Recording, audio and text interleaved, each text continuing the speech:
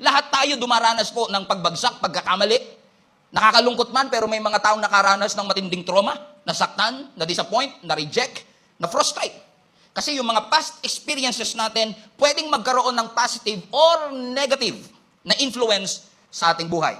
Napansin niyo po mga kapatid na yung nakaraan natin nakaka-apekto sa ating confidence? Ulitin ko ulit. Napansin niyo po ba ng inyong nakaraan ay nakaka-apekto the way you talk?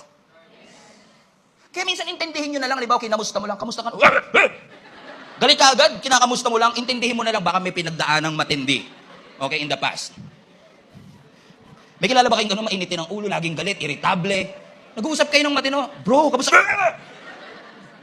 Wag nating husgahan kasi baka mamaya, dumaan sa matinding pagsubok, dumaan sa matinding trauma, it affects the way you talk.